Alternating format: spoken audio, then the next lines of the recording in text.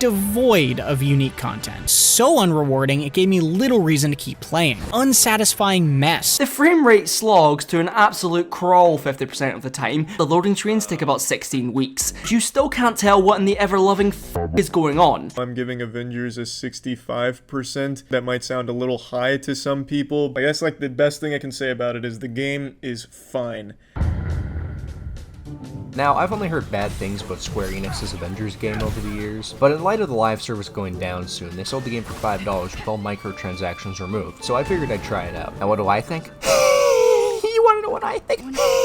This is a pretty good game. Now, I'm aware this game didn't release very well, with bugs galore and Hulk not being able to jump, but I played this game in its current state, so I'm gonna review it in its current state. Now, a lot of people consider the Guardians of the Galaxy game to be what the Avengers game should have been. A condensed single-player experience with no weird live service. And while yeah, the live service multiplayer aspect of the game is a little weird, my main problem with the Guardians game is that you only actually get to play as Star-Lord, and you have 3 abilities for each other character, kind of ordering them around to go do something. It wasn't bad, I liked the game. But meanwhile, here in the Avengers game, you got 11 characters, and like 6 of them actually play a little different. Now, unfortunately, this game does suffer from League of Legends syndrome, where you're stuck playing whatever character you selected for a mission until it's completed, making the whole free roaming aspect of the game not as appealing. My one major gripe with this game would be the ability to switch between characters in the middle of missions. Maybe put it on a cooldown or something to make it balanced, I don't know. Like, that opening mission at the start of the game where you quickly switch between all the Avengers, that was cool. Give me more of that. The Avengers are just really bland. It's like they took every aspect that makes these characters compelling in the films or comics and just set them on fire. Alright, now, I'm gonna say it. I'm gonna be honest with you.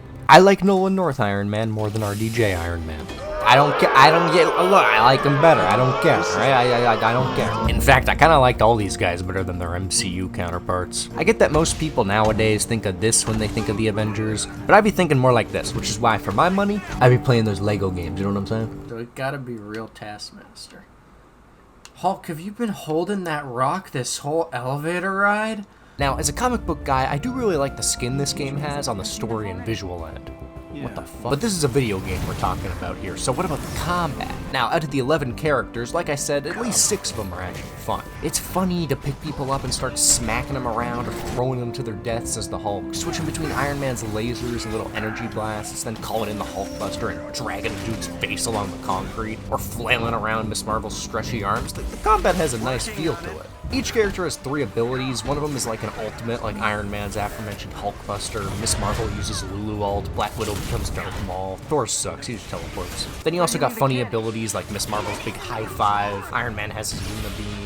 Hulk has one where he runs at a guy and just starts bashing his head into him. Then everyone has their own mechanic centered around this meter next to their health bar. Like how Iron Man can switch between his lasers and stuff. Thor gets lightning mode. Kate Bishop can teleport around and slice up guys like Deadpool. I really like that. I mean, come on, man, this is some fun combat. It reminds me of the Arkham games a bit. Now, when we're talking superhero games, we gotta have those supervillain boss fights, right?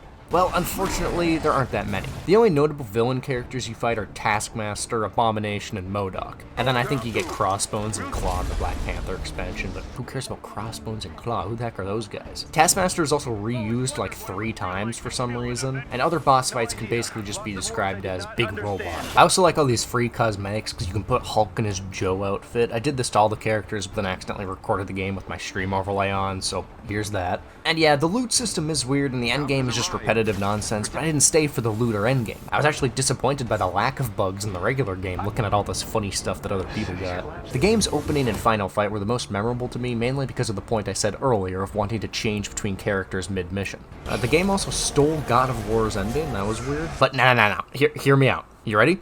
This game, but DC.